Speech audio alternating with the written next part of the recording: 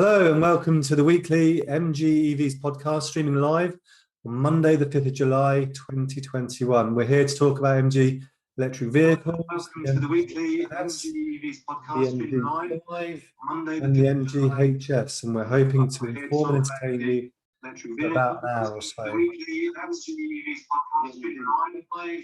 And one of us has got the sound on their YouTube.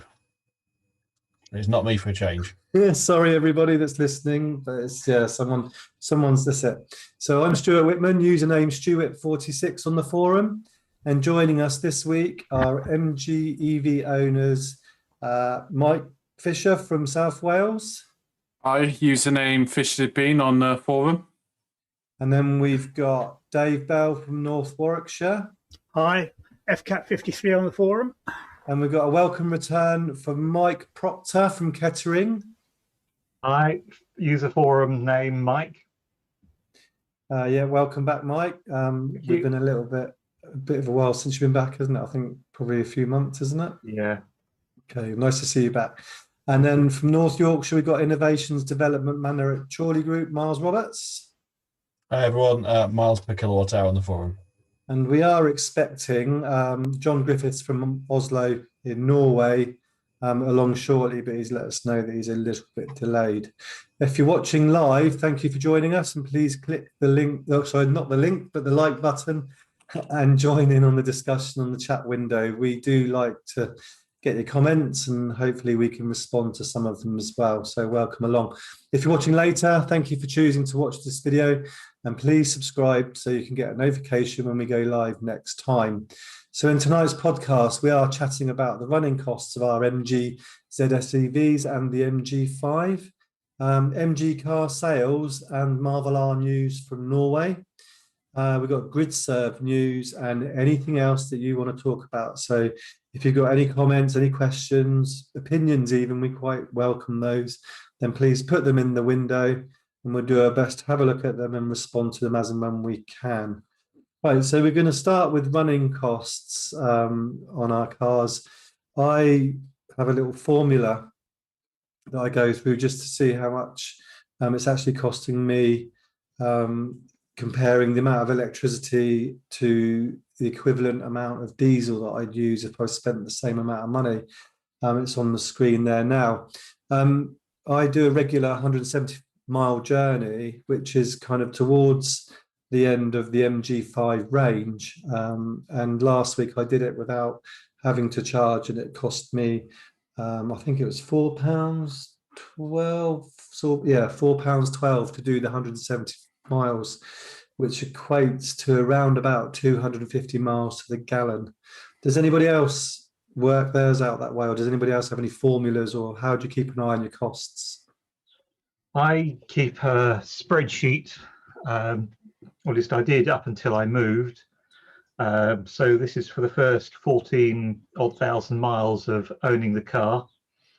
And I spent £164 charging at home and £92 charging at public chargers, and that works out to be 2.7 pence per mile for just under 14,500 miles.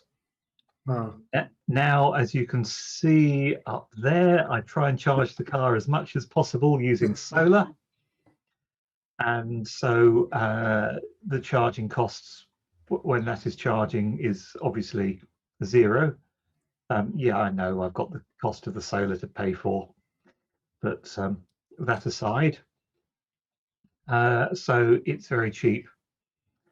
And yeah, but until the Zappi, which is on this post here, which you probably can't see, was installed, we were having to use public rapid chargers and our local Tesco's. Local Tesco's was free, which is always a good thing, but rapid chargers varied from sort of about 35p for Instavolt or charge point. So yeah, so that's me. What about Dave? I used to assiduously collect all my data and all this, but I couldn't be bothered. So I just know it's that much cheaper than driving another vehicle, you know, a liquid fueled vehicle, and I just pay what it takes. Yeah, I'm of that opinion, but now and again, I just like to do that comparison when when I was driving a diesel car getting 35 to the gallon and seeing the massive amount of cost. Like you say, you tend to live with that whole, well, whatever I pay is going to be cheaper, isn't it? But it's just amazing how close to nothing you can get. It just is so remarkable, isn't it? How the difference from driving a fossil fuel vehicle compared to a full electric. It's quite staggering. What about you then, Mike? For electricity, I've just calculated it using a website called sust-it.net.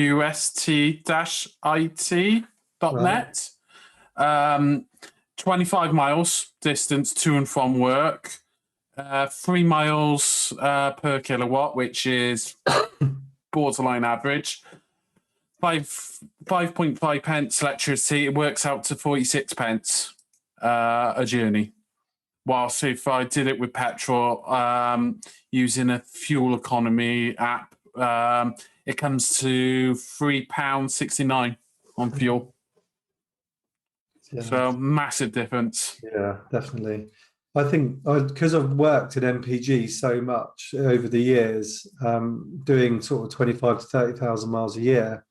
For me, it's one of those kind of, that's my head. That's how why I have to get into that MPG space. What about you, Miles? When you kind of, I've just been working out. Last weekend, wife and I went away to a glamping holiday in the Yorkshire Dales. The two of us, it was very nice. Took the MG5, and over the course of the weekend, we did a total of 110 miles, and we actually came back with 60% left in the MG. wow. Because it was all little country lanes and a lot of regen braking down hills and stuff. So yeah, we were getting like 4.9 miles per kilowatt hour. So I've just sort of run that through as to how much that cost me for that overnight charge when I came back. So I'm on off peak with an Octopus. So the off peak charge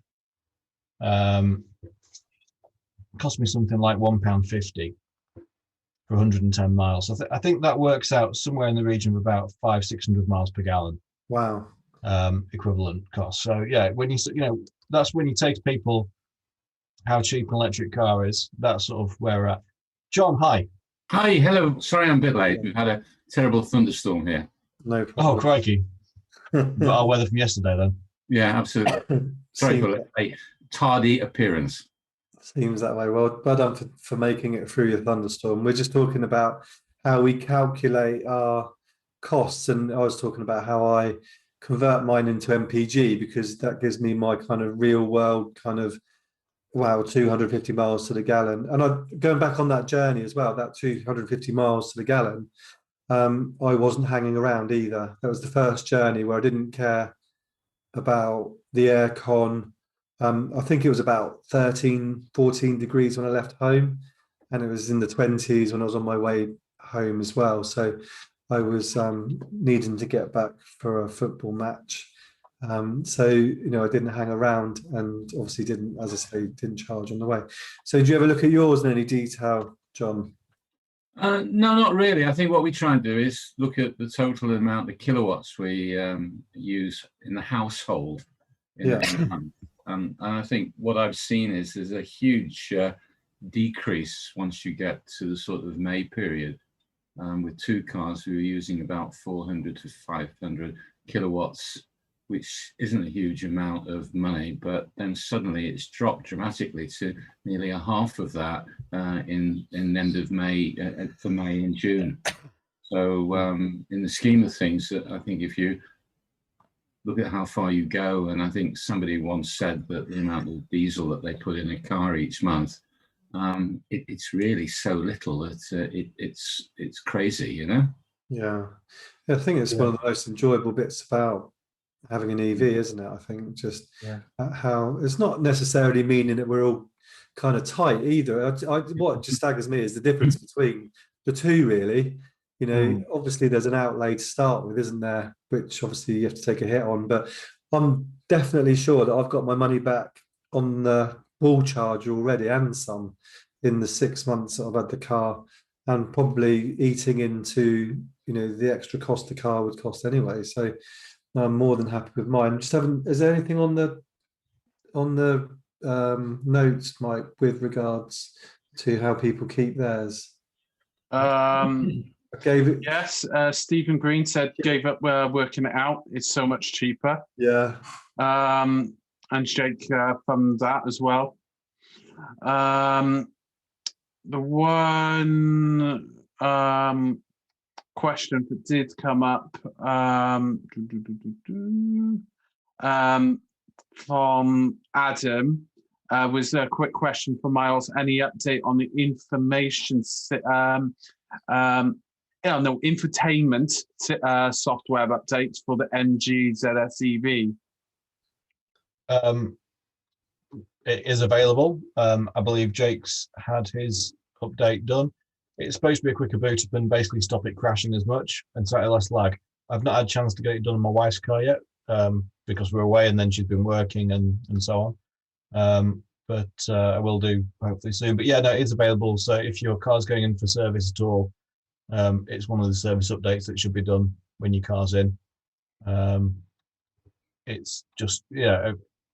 I mean, in terms of, you know, does it fix the crashing? I was only experiencing the head unit freezing probably once in 6 months, you know, so it's hard to say at the moment after a week whether it's going to fix that or not, but apparently it has. So we'll see. But in terms of, yeah, it should be available and hopefully should make it a little bit quicker to boot up and fix some of those quirks that plagued the head unit before. Things like, you know, where you put it into reverse and you can sort of see the reversing lines over the overlay. It's not cleared the screen. So yeah, that sort of thing. But yeah, no, that is available. I'm sure Jake will update us if there's anything new that he notices. Yeah, he has confirmed that he's seen a small improvement in the lag and quicker boot up. Mm-hmm. So that's good. Good. Miles, do you know if it does anything with the response time if you, for example, move the fan speed? I don't know. It's supposed to generally make things a bit quicker. So Okay. I haven't tested it myself. It should do, but I haven't been able to test it myself. So Yeah, does that mean it because, disappear? The fan and the heater speed disappear even quicker? I found that actually the heater, if you turn up the heat, that comes on faster than actually turning the fan on or turning the fan up or down. That really, particularly now when it's really warm, that's really irritating. But To be fair, I'm driving the MG5, so most of the time with me it's on climate control, so I just set a temperature and I'll leave it. I don't need to do the blue-red gauge. right, so you got auto climate control. Okay, lucky boy. Yeah. Can I just go back to costs? Yes. Very briefly. When I got my first EV, which was one of these, a Nissan Leaf 24, I was spending on my previous car between £250 and £300 a month in diesel. When I got that, my fuel bill or my extra electricity was costing me an extra £28 a month. So basically, it was about 10% of what I was spending before. Wow, that's not bad. So basically, it paid for the loan for the car, the loan payments. Yeah. I mean, to put it into context as well, we've got we've just because obviously, you know, lockdown and that, we've bought ourselves a Lazy Spa inflatable hot tub because we want to be one of those idiots in the garden. And You have to justify it. You can have one. Yeah, and well, yeah, I can't afford a proper one. I can't afford, you know, like, you know, a big proper spa. So we've got one of these, you know, paddling pools with bubbles, and but it's got a heater, obviously, you know, and you say it's 40 degrees. And the other day I had it the heating on so we could use it in the evening, and when I checked the fuel bill in my statement octopus the next day, I was like, oh my god, it actually cost me more to heat the hot tub. And bear in mind, this is like a three-person hot tub if you all really like each other. You know, it's not a big thing. Cozy. It's it's comfortable for two. For three people, you've got to know each other very well, or if you don't, you will do by the time you got out of it. Or divorced. But yeah, it cost the same to heat that up as what it did drive my car 150 miles. I'm like, like, Jesus, this is too expensive. I'm gonna have to. So I've started like setting it to warm up between 8:30 and 1:30, just so that hopefully it's got some residual heat for the next day when I do want to use it. So it's just yeah. Right, it's quite interesting how we do. I know just how you look at things. Just the cost is ridiculously cheap. Was noted. I think it's a good point, Stuart, actually, because we don't really delve into the detail of what it actually costs. And I think I'm starting to look at some of the numbers on my other screen, and it's really so negligible in terms of what you might have spent on diesel or we pay £143 per litre in Norway at the moment. And electricity with other charges, it's very, very expensive at the moment this year because we're feeding new electricity to you guys in the UK. So we pay about I think I'll convert it afterwards. But I think we should perhaps highlight it because the savings are considerable, without delving into it or thinking about it. But as soon as you add them up, then you suddenly get a shock. And if you combine that with a lower cost of servicing, then cost of ownership starts to be really cheap. And I don't know what it's like in the UK, but the ZS here is hardly depreciating. It's holding its values remarkably well. In fact, for many people, it's cheaper to go out and buy a new one than actually hunt around and trying to buy a second-hand one. I don't know what the level of depreciation is like in the UK, Miles, but you take all of those things together, and cost of ownership is really, really very, very low. Well, one thing that I think we've noticed recently is actually that used ZS EV prices seem to be holding pretty solid at the moment. So I bought my ZS EV for my wife from one of the guys that used to be on this podcast. He ended up getting a company car, got a Kia Soul EV. And actually the price that I paid him for that car, which at the time was going rate for a used ZS EV, is now probably, I could almost make a profit on it if I sold it privately now. I think part of the thing is that the government grants dropped from £3,500 to £2,500. There's been a slight price increase from MG also. They're not being quite so crazy with the discounts as they were. And so the cost of a new ZS EV is a couple of grand higher than it was perhaps September last year. And the used prices, I think you look now on Auto Trader here in the UK, and you can't really get, I don't think you can get a ZS exclusive of any age for less than about 20 grand, maybe 19 at the very, very least. So I think it's pretty good, really, that I think the market has stabilized out. Part of that is we're seeing on all used cars fairly strong residuals, and that's because new cars in the UK are very hard to get hold of. We've got like a sort of long COVID thing going on with supply chains, where basically supply has been constricted for new car deliveries for quite some time now, and they're almost rationing car deliveries based on it being purely sold orders. So car manufacturers aren't sort of delivering. We used to get so cash ties, for example. We would normally have sort of 50 of those in our compound in stock, ready to go, and that's not been the case for quite a long time now. They've all been just for sold orders that are going out. So it means that effectively, if there's not that big strong supply of new cars, people are looking at used cars because they're saying, well, I need a car now and I can't wait 6-9 months for a new car, so I'll see what I can get as a used one. The stronger demand for the used cars, that's pushing the prices back up. And that's great. It helps, stronger residuals helps all of us in terms of running costs as well. Your depreciation is a major factor. So in fact, with EVs, it's pretty much the only running cost, isn't it? Depreciation, the actual electric cost is fairly minor. So yeah, for most EVs, we're seeing quite strong prices. Some not so strong. So particularly, and Mike, you got quite a bargain, I think, on your Leaf that you've just bought. It was a fairly keen price compared to where they were a year or two ago. And part of that's because when the Nissan Leaf is getting to the end of its battery warranty status, the 24 kilowatt Leafs had a 5-year, 60,000 mile warranty on the battery. Right. Okay. Mine's out of warranty then. Right. So based on that, though, it means that obviously it's a bit more of a punt for a used car purchase. Having said that, you know, most other non-electric Nissans have got a 3-year warranty on the engine and gearbox and everything else. And crikey, if you saw how many Duke CVT gearboxes went faulty, you would think that they ought to have a bit more warranty on that. So yeah, I think that, you know, overall anyway, so yeah, used cars are strong. ZS residuals are very strong, but we've still got quite a good supply coming through at the moment of ZS and MG5s. They are getting restricted on colours. I think we've got waiting about 3 months for some colours. So I think if you want Pimlico blue, you're all right. If you want red, black, or white, I think you're looking at waiting a few months now.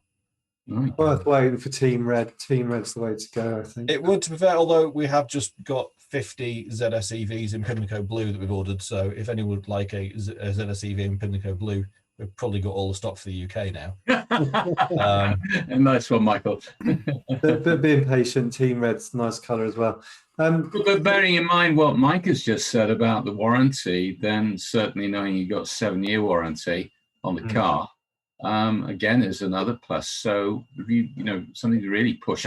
Again, we go back to what we discussed some time ago, what's actually included in the warranty, but nevertheless, 7-year, just like Kia is, means you can keep the car for 5 years and sell it on, and there's still 2 years of so-called warranty, which from a used point of view, a private buyer is a really good thing to be able to have as a selling point. So yeah, rather than selling something that's got a 3-year warranty and suddenly, whoops, what do I do now? Something seriously goes wrong with the car. We've got some other workings out. So somebody, John Maiden, has a PHEV, which is is that what you call it? The PHEV? Yeah, plug-in hybrid HS, yeah. Is that a ZS? Is it? HS, HS, bigger one. sorry. Slightly bigger. Excuse my ignorance. I only bought the 5. That's all. I only saw that. That's all I wanted.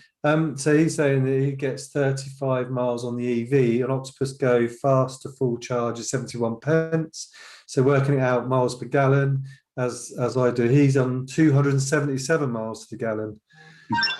So it's a pretty good way of working it out, isn't it? It really raises your eyebrows, doesn't it? Because in some cases, I'd be happy. Well, I say happy now because I know how much MPG it is. But if it was 100, it'd still be decent, wouldn't it?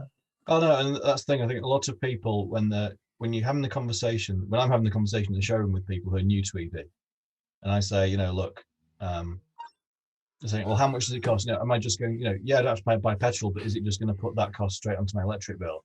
Yeah. You say, well, no. I mean, you know, even if you're on a fixed tariff, you're probably going to be seeing about an 80% fuel cost saving. So, you know, if you're previously paying £10 a day in petrol, it's now going to be £2, let's say. Yeah. If you're on an off-peak tariff like I am, you can cut the cost even lower. And it really does add up, you know. And I say, in terms of us, you know, for how much it costs us, I don't honestly think I could afford to go back to a petrol car now. You're using the money for something else, you see. Yeah, the hot tub. That's what it is. It's running my warm bubble bath outside. That's yeah. So the money you're saving is probably an all singing, all dancing, proper decent one with waitresses serving it, maybe. Absolutely. It's honestly, it's like an and no mask. Yeah. It's an inflatable paddling pool with like a soda stream in the bottom of it. That's basically what it is. It's not a posh one. Well, so you haven't got a Twitch channel yet, then, Miles? Twitch. Check it out. Yeah. But no, maybe Miles, on part of the sales pitch, it's a very valid point because I've not really sat down, as I said earlier, and trying to work out the cost. So when somebody walks into the showroom and says, you know, how far will it go? Well, that's one thing, but what's it going to cost me at the month if I, for example, drive, you know, 500, 600 miles a month? And I think if you put that number in front of them and said, that's how much it costs and that's what it's costing you now, they might go, oh my God, you know?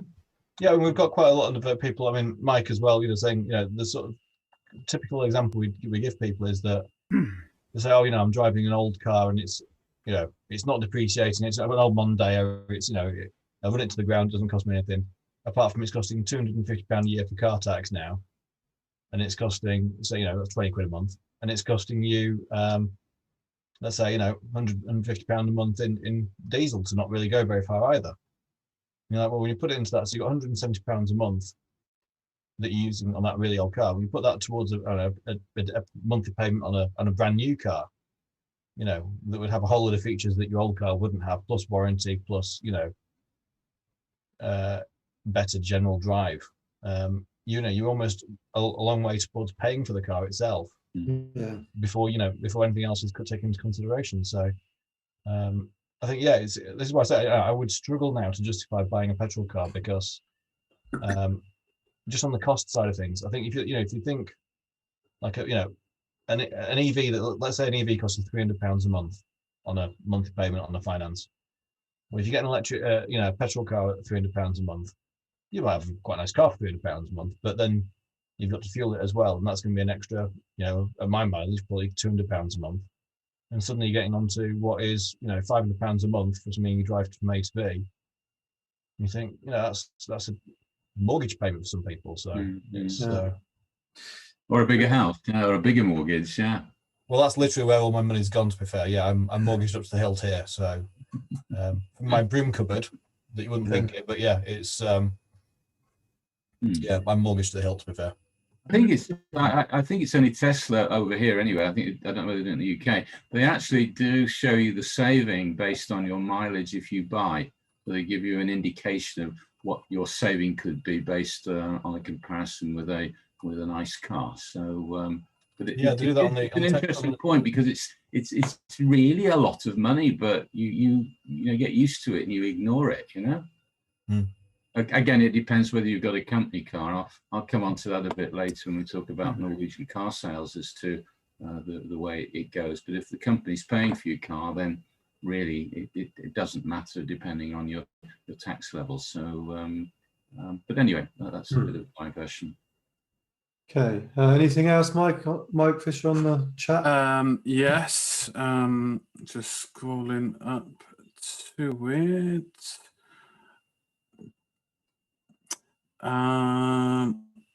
There we go. Alan Bolin. I paid 21,500 for his MG5 in February. We Buy Any Car is offering 19,500 for it now. So they would then sell it on to the same price as I paid new. Incredible. So yeah, it's not quite how We Buy Any Car work. They end up putting it on an auction to dealers like me, and we go, okay, we'll give you 20 grand for it then. Yeah, then we would probably sell it on for 21.5 because got to pay for the showroom, and we've got to put warranty on it and things like that. But yeah, a new showroom too. Isn't it lovely? Yeah, it's green screen, but yes, it is a nice showroom actually. Now we've got a beautiful one coming up. I don't know if you saw that, Mike. We've got the one at Trolley being built at the moment. We've got a brand new. That's what I was referring to. Massive gin palace we're building to celebrate the world of EV with MG. We're going to have 100 kilowatt dual output rapid charger. And initially we're going to have 12 22 kilowatt type 2 sockets, but we've got provision with cabling and load management to add another 20 sockets, I think, if we so need to in the future. So yeah, we're planning for solar on the roof and all that sort of stuff. So yeah, it's proper gym palace. Brilliant. Cool. Saunas. Are we done on the cost? Pop in charge and pop into our MG sauna or spa. Oh yeah. Just get the spa out as well. Why not? Yeah. Have to change the water quite frequently. All those different people getting in. Just to finish off on the costs bit, so we can move on to John's Norway bit.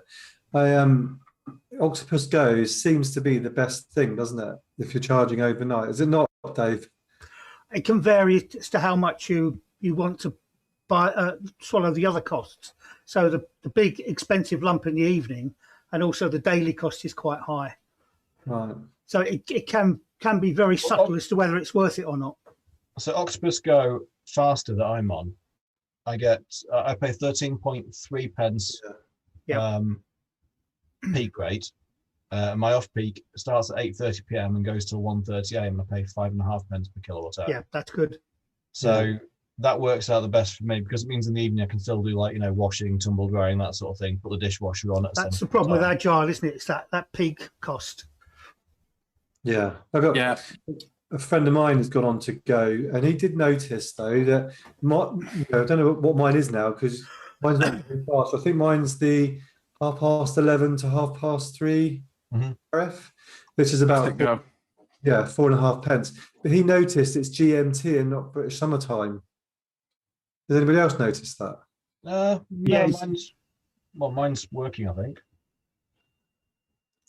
That's that's why he said that because he said history here.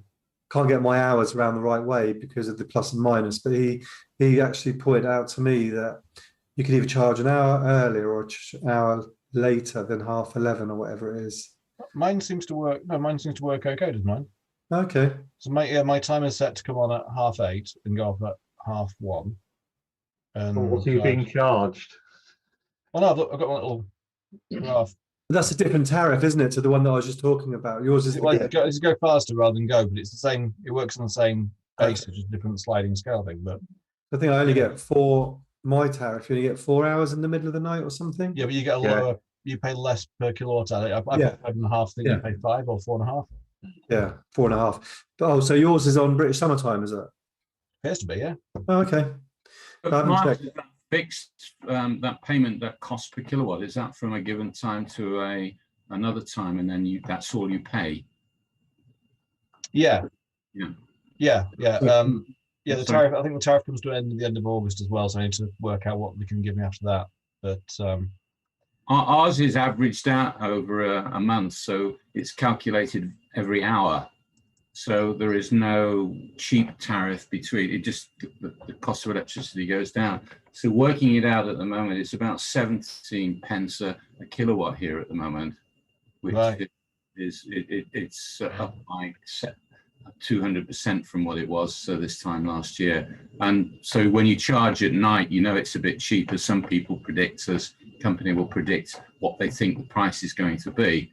But they can see a graph how it goes. But at the moment, it's about 17 pence a kilowatt charge here. My go rates here 0030 to 0430 are 5 pence, including VAT, and then 430 to 030 is 13.8.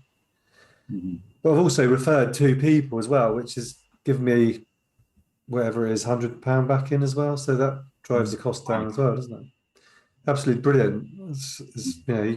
What's not to like, really. So because over here we pay 2 elements. We pay the cost of the electricity, and then there's another element which we can do nothing about, which is the distribution cost.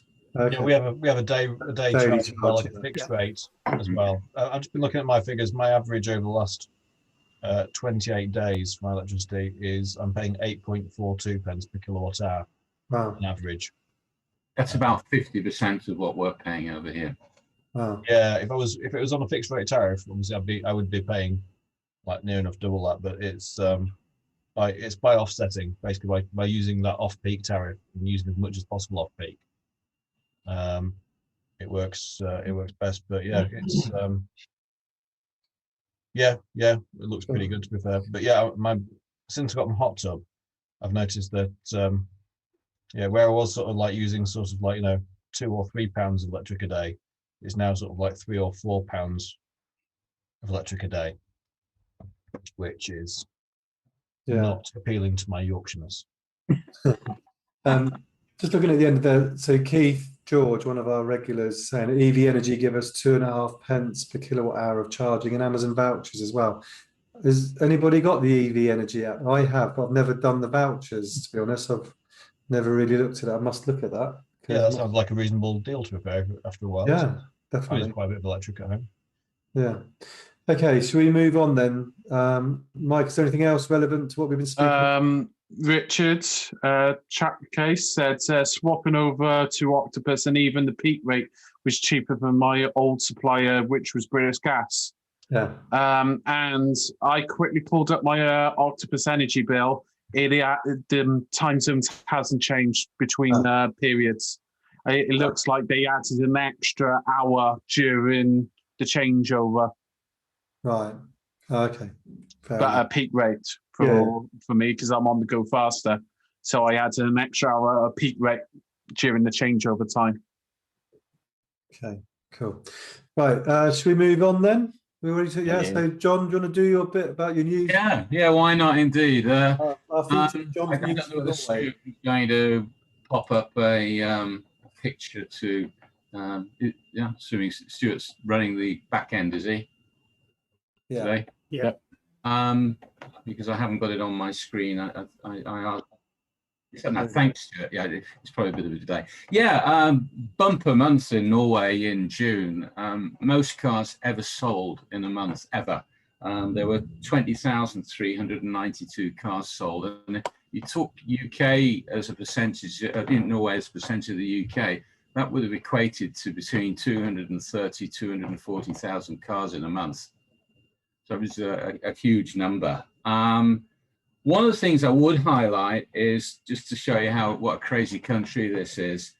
There were sold 154 Audi e-tron GTs, which is a car for £100,000, you know? Because what did he say? 150, and my eyes nearly popped out of my skull when I saw that, you know?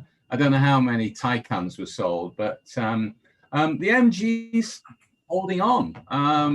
The column G here, it's up 87% compared to last year. So whether that will flatten off towards the end of the year, I don't know. But at the moment, we've got not 1,600 cars sold in the first 6 months. So they've lowered the interest rate to 0.25, and I'm not sure whether you can push a dealer to give you a bit more discount. But as you can see, there's a lot of competition. The Ford's really taken off this month, but it's the ID4 that's really gone mad. And surprisingly enough, the Volkswagen ID3 has actually tailed off. That's lying quite far behind. But you know, as far as the cheapest car still in Norway, it's still the MG. But Nissan came out with a deal that undercut the MG by quite a bit on a scaled back version with the smaller battery. And I have a feeling that's the reason why they ended up with 539 cars sold. I think people are starting to realize if they want to run about or a second car, they don't need to go bananas and spend a huge amount of money on a battery that they're not going to use. But whether MG comes out with another campaign, I don't know, or whether you can get a decent discount from a dealer.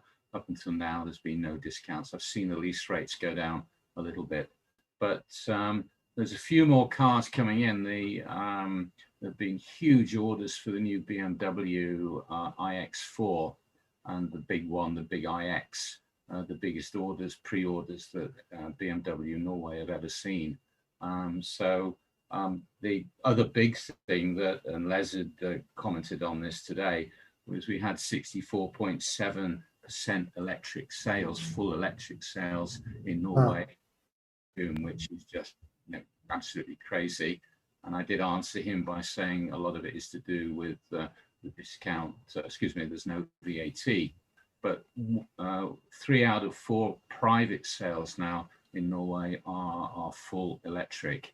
But as you can see, the old RAV4 here, it's number 2 at the moment in terms of total sales, the hybrid version in Norway.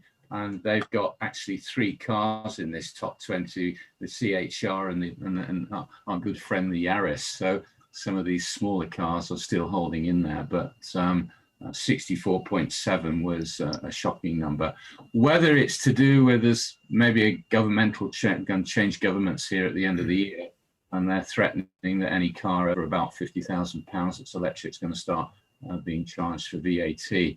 Whether that's pushing people to buy but it shows you that the supply is pretty good, and even the Ioniq 5, they managed to push out 222 cars in June. So very, very, very interesting times at the moment over here. But again, we went back to, I spoke with a friend of mine, and he was on about it in the UK, and he said, I've got nowhere to charge. So to get these sort of numbers, you've got to have the charging infrastructure, without a doubt. One thing is price, but you can't charge. But scary numbers here, particularly when you look at the cost of these cars. We're not talking about our good friend behind me, price of £25,000–26,000. Some of these cars are up in the 55, 60,000, and an e-tron, for example, you're talking about 60 to 65,000 pounds before you even open the door. And this one down here at the bottom is an absolute rip-off, the Q4. On a Q4 Quattro, it's like 60,000 pounds if you want to spec it up, which is just absolutely crazy. So I'll be very interested to see what numbers we get in July for the Q4, because that is so overpriced. It's shameful. But anyway, okay. Maybe it's something to do with, as we were talking about in the earlier bit, was you start to recognize that you can save money. So people are pushing the boat out a bit more with the, maybe buying and spending another £10,000 on a car that they normally would have spent maybe 50k on. They'll spend 60 because they see, maybe they've had EVs before and they can see the cost, and that gives them, the savings, it gives them the confidence to be able to plow more money into a more expensive car. Who knows? But right. I think one of the things over here which is interesting, a lot of people want a four-wheel drive, but the Skoda, they've not started delivering yet the four-wheel drive version. The ID4 is two-wheel drive. The BMW iX3 is two-wheel drive. So what surprised me is that people have jumped in and bought these cars. Although a lot of people want four-wheel drive, they've gone for it anyway. But and there's no big discounts. It's not as if you're seeing 5, 6, 7%. You might get 7% on an Audi e-tron, but you're not going to get anything on any of these new ones like the Ford. Yeah, probably the Ford at the moment, the size is probably the best value for money if you take into consideration range. But then on the bottom end, the MG is the one that's still cheapest, that in a sense goes the furthest. So it's a recipe that I hope they will continue with when I talk a little bit about the Marvel R. Yeah. Is Xpeng, have they started selling in Norway? Yeah, the problem with Xpeng is that a smaller import company took over, and they've had a tough time. And it was announced yesterday or on Friday that a fairly big importer here that is responsible for Renault and Mitsubishi has started a new company. They've sold about 350 Xpeng, the X3s, this year, and since 2020. But it's, I think problem here is that they were using like the AA as a servicing point and somebody else, and they didn't have the marketing that some of the others have. So it'll be interesting to see how it pans out. But it's more expensive than an ID3. It's got a bigger range, but I think it's not placed. When they come with the P7, I think it's called, which is their saloon, which is a sort of mid-size between the Model S and a Model 3. I think they might get some traction, but I think it needs to be handled by a better or a more, how can I say, established importer company. Yeah.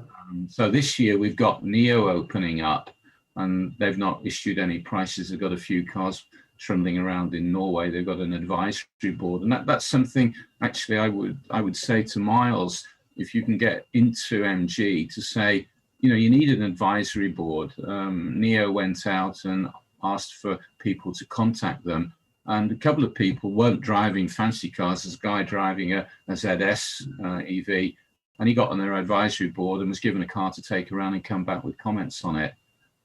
So they seem to be going the right direction, but again, I don't know. It'll be interesting to see in September when they announce their prices, where they're going to pitch themselves with I think it's called the ES8, which is a sort of 6 or 7 seater up to the size of the Model X. But Tesla is bombing ahead. Just to finish off, most of these sales in June was for the 4-wheel drive, not the 2-wheel drive. And they say that Tesla is sold out now. If you ordered a Model 3 4-wheel drive now in Norway, you won't get one till November. But I reckon the whole of their Q3 output production is completely sold out nearly. So similar to here. 200,000 cars they moved in Q2, which is just unbelievable. So very, very interesting to see. It'd be interesting to see a comparison in the UK with a similar type of top 10 or top 15 to see how it was going. But here it's just it's taken off. It's like a rocket. So I haven't looked at the breakdown between different models, but I do know that looking at the plug-in car sales for June, battery electric vehicles in June were 10.7% of market share, with 19,842 sold in the UK. That's versus 15,000 diesels. So we're outselling diesels now in the UK, which is good. 8.1% for diesel, 10.7% for battery electric vehicles.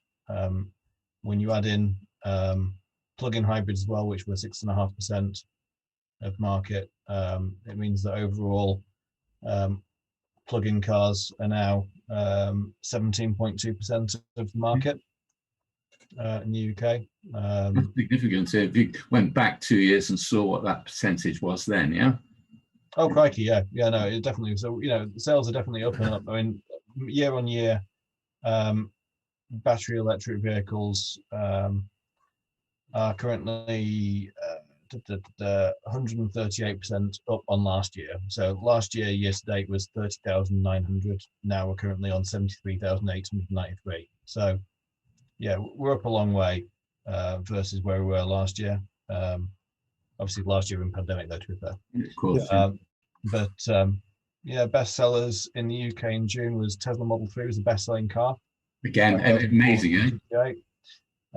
Second was Volkswagen Golf. There's no other plug-in cars in the top 10 to be fair in the UK, but the Tesla Model 3 is number 1. Moving on, so with your Norway news then, John, have you got some news for us on the Marvel R? Yeah, this is, I don't know, one of the things that MG did with the one behind me was they really pitched the price at a level which stunned the opposition, so to speak. But I'm not so sure with the Marvel R that they've done the same. What they did, you can pre-order now in Norway. There's no cars yet for test driving. They'll be available in August and September, with delivery shortly after that. So there's going to be 3 models. There's going to be a comfort, a luxury, and a performance. And the performance is going to be the all-wheel drive, 4-wheel drive version. But strangely enough, there are only going to be 4 colors: white, blue, black, and grey, and they're all metallic. And as far as the interior is concerned, for the standard version, you'll get black, which will be the synthetic skin, and then in leather. And then for the what they call the luxury and the performance, it will be grey and brown as optional, but there'll be Nappa leather with ventilated seats. The price is the comfort, which is the 2-wheel drive lower spec, is going to be about £30,000 UK. These are approximate prices. They've not come out with a fully loaded price list, which is in Norway about 350,000 kroner.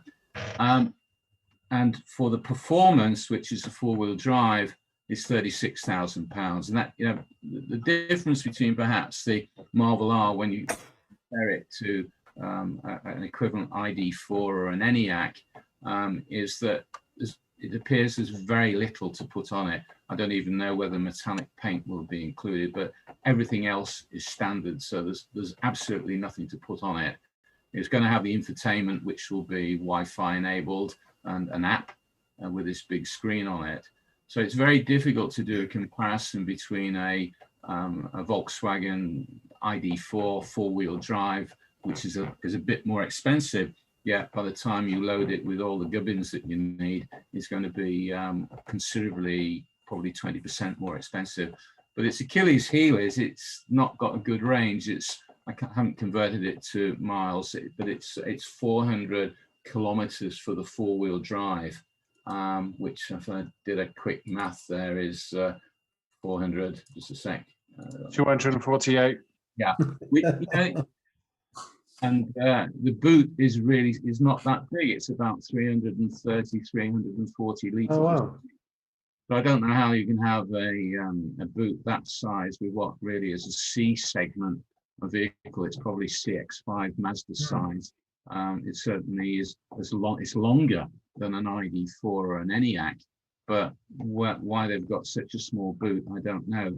So my feeling is it's a really attractive car, but I think the price that they've announced for Norway and the European prices, I think is a little bit too high. There's too many other things. You can buy a fully spec'd Ioniq 5 with all the super fantastic fast charging for around about another £6,000.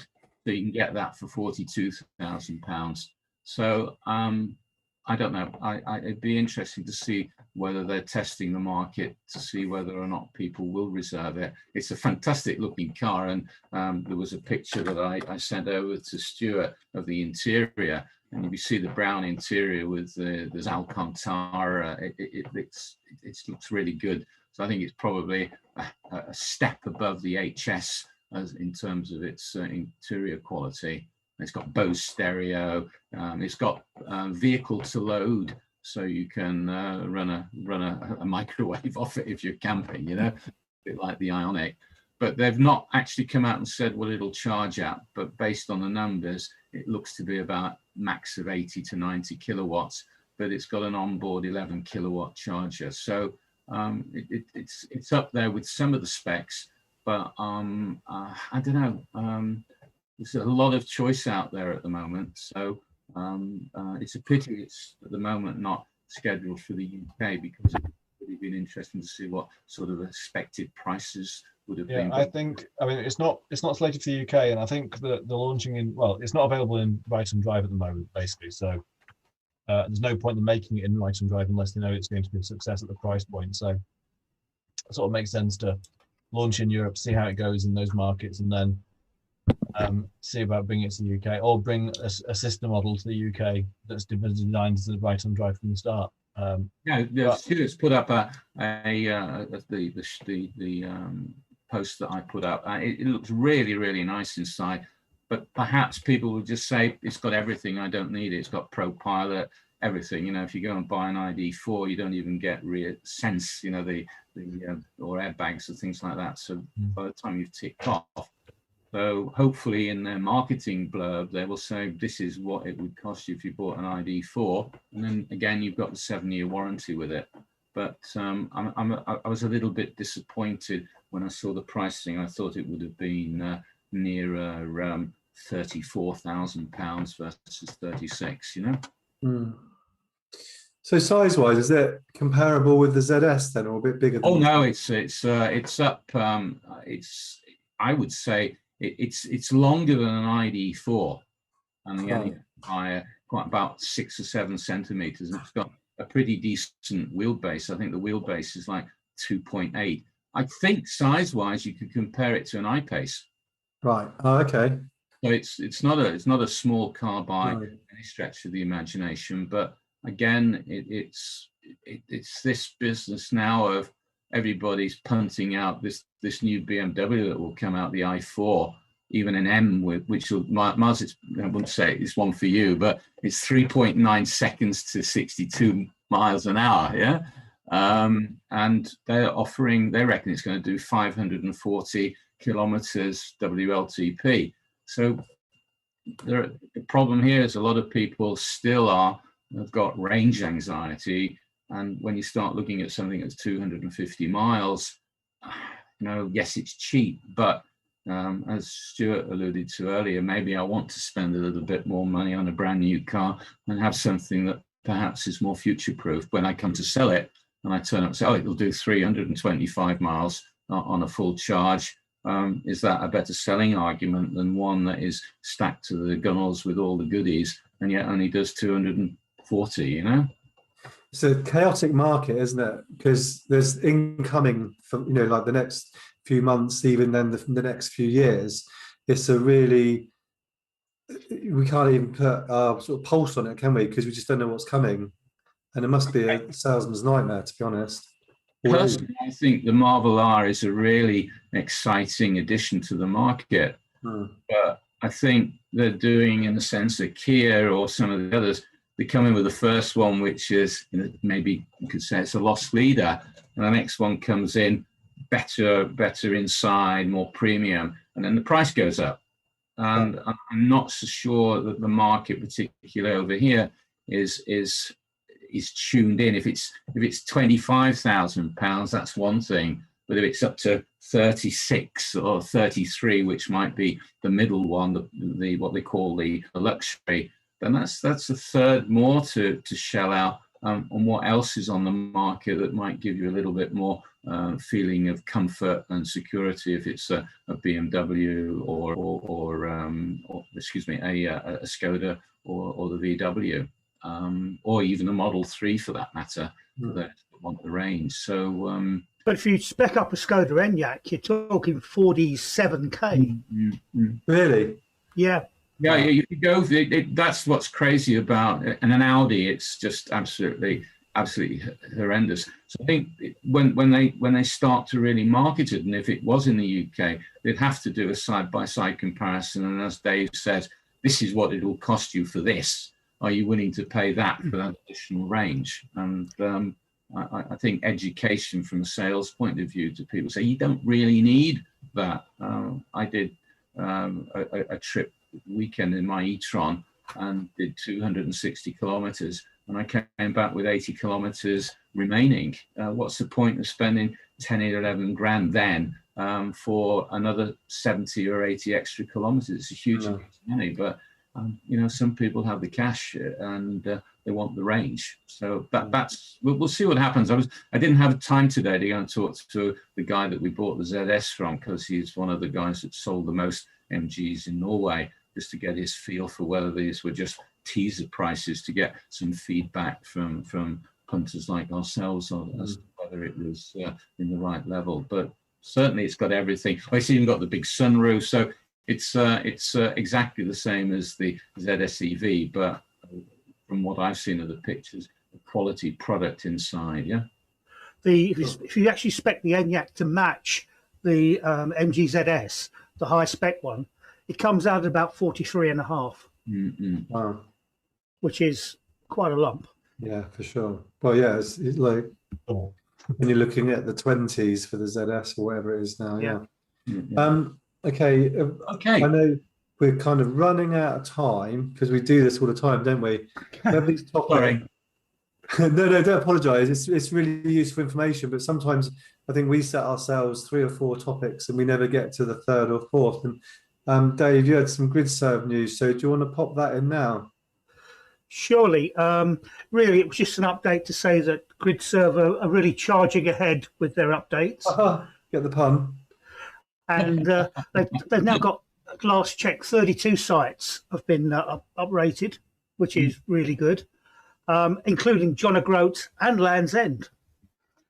In addition to that, they're saying they'll be able to do the contactless payments now, and they hope to be able to get the plug and play payment in within a couple of months, is what they have been saying.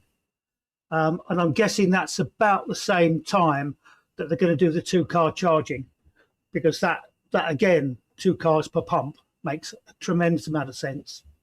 Yeah. I thought it was already 2 cars per pump. The pumps are capable, but they haven't got the software sorted. Ah, right, okay. So they say it's going to be maybe 6 weeks, 8 weeks before the software is finally. They're in test at the moment. I'm guessing they want to test it very carefully, because it does the load balancing. If there's a car in there that's coming to the end of its charge, it'll ramp up the charge on the other one. So it does like a load sharing. Dividing the total capacity of the charger between 2 vehicles, yeah? Correct. That is, and whether that's 100 kilowatts or 150 depends on the installation they put in. Right. But I'm just going to say that with the amount of chargers now that are contactless, you just walk up. If you actually just put a, check in some of the Zap maps and the like, and you just put in contactless, there's a shed load now. You no longer need to have all these apps and stuff. 4 years ago, I had 5 cards and about 10 apps to charge. Now that's superfluous.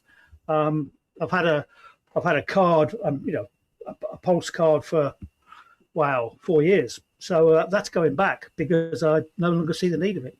I was listening to a podcast today with Toddington from Gridserve on today, and he was saying about the woman from ChargeMap. I've actually put it on the forum as well, on the MG5 forum, as a kind of, it's worth a listen.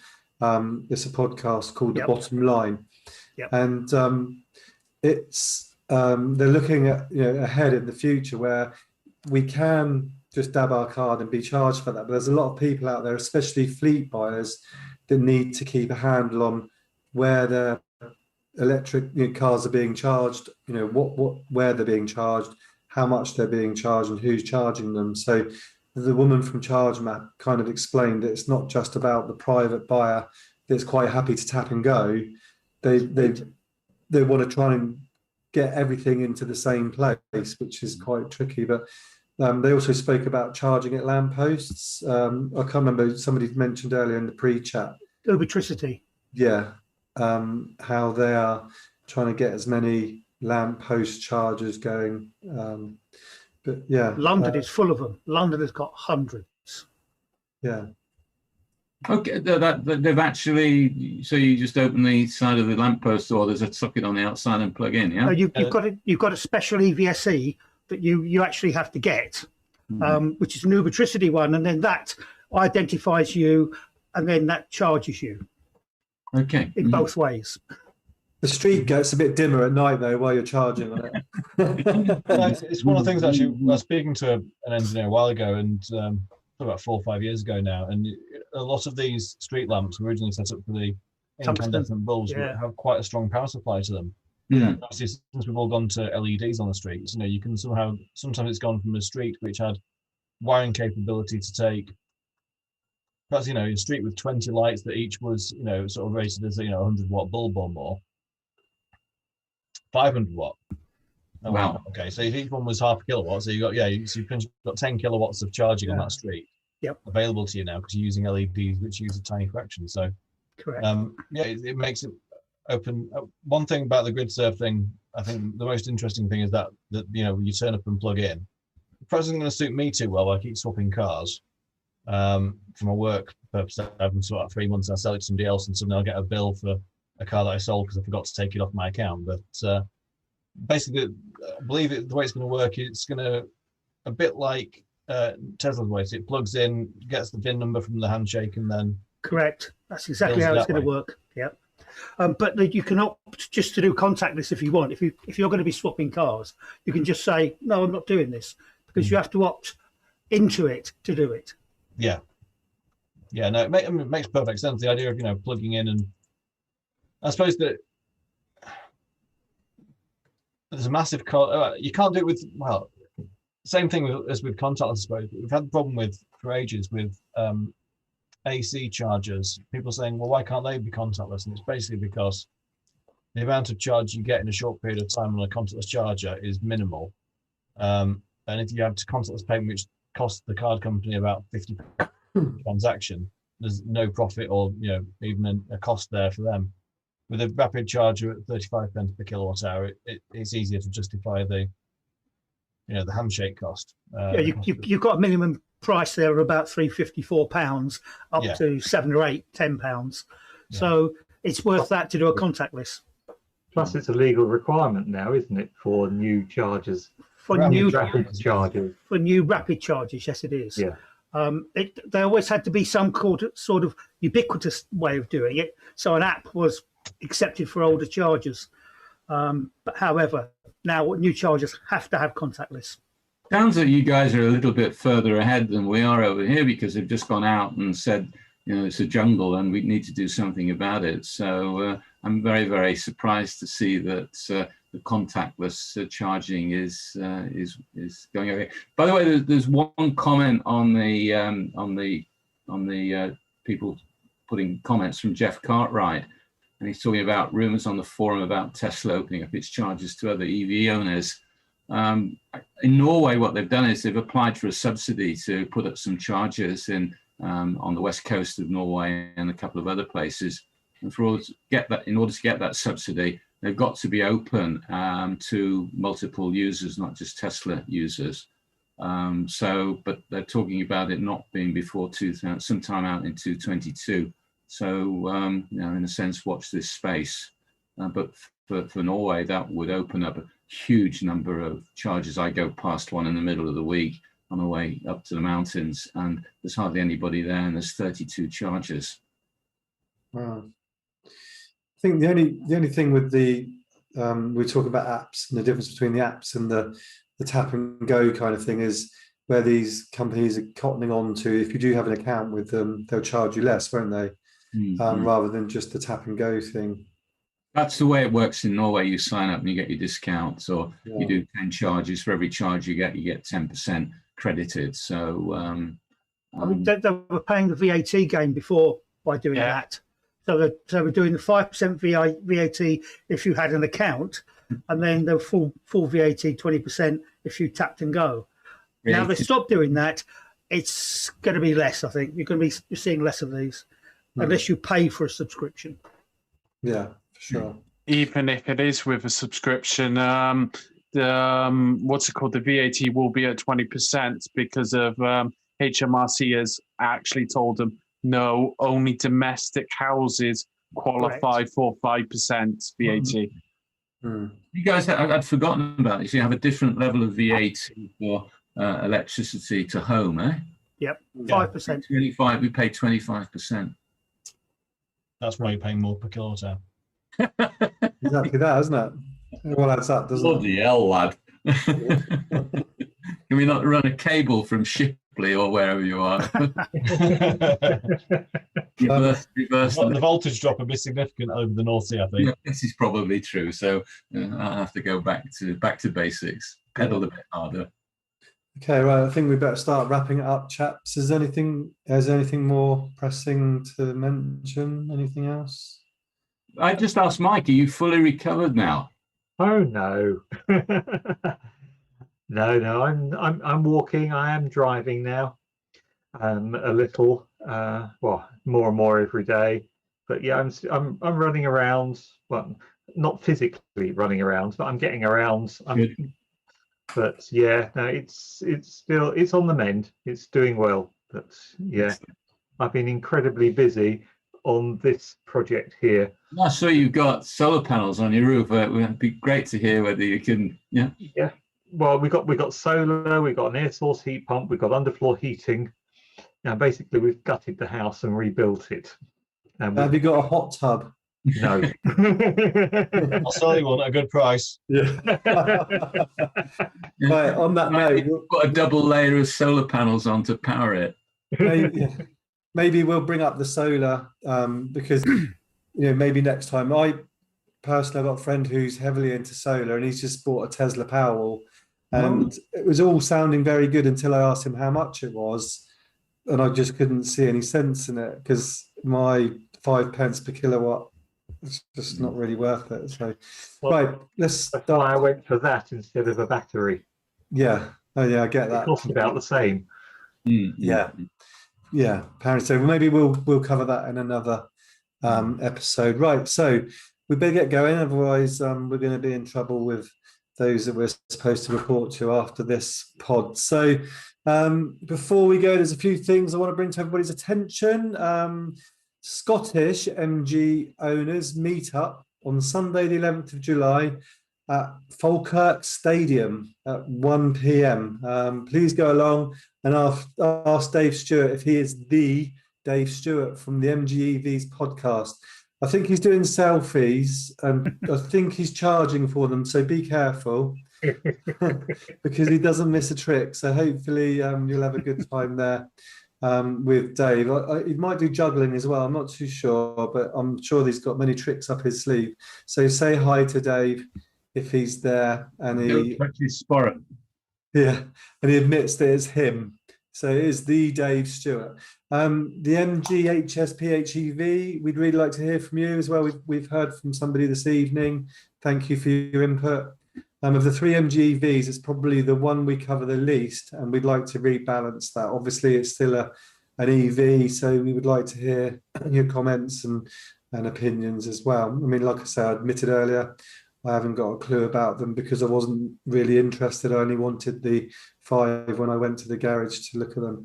So if you drive an HS or actively looking at purchasing one, please get in touch with us, and we'd love to know more about what people are thinking. There's certainly got some great comments about the interior, etc. a few weeks ago. But how is it to drive? How is it to run? You know, are you satisfied with it if you have bought one recently? Are you as satisfied as us 5 and ZS drivers? Please have a look at our merchandise. Please check it out. There you go, Mike. Thank you very much for your really good top there. Please check it out. To make that easier, there's a link to the shop on the forum menu.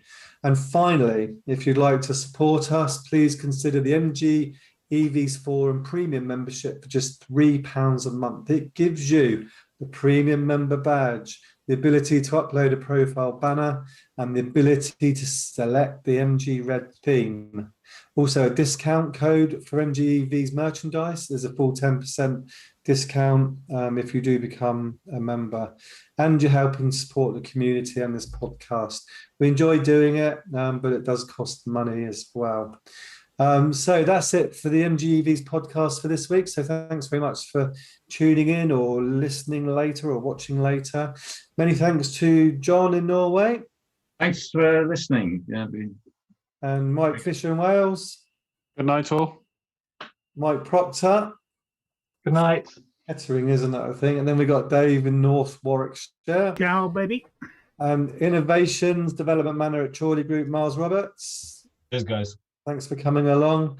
And goodbye from me, Stuart Whitman, Stuart46 on the forum. We will be back with the MGEVs podcast soon. Please click all the likes and subscribe. We really appreciate it. If you are watching, keep enjoying Euro 2020, unless, of course, you are.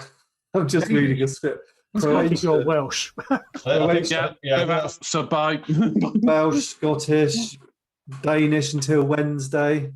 But yeah, let's cheer on. It's coming home. We hope so.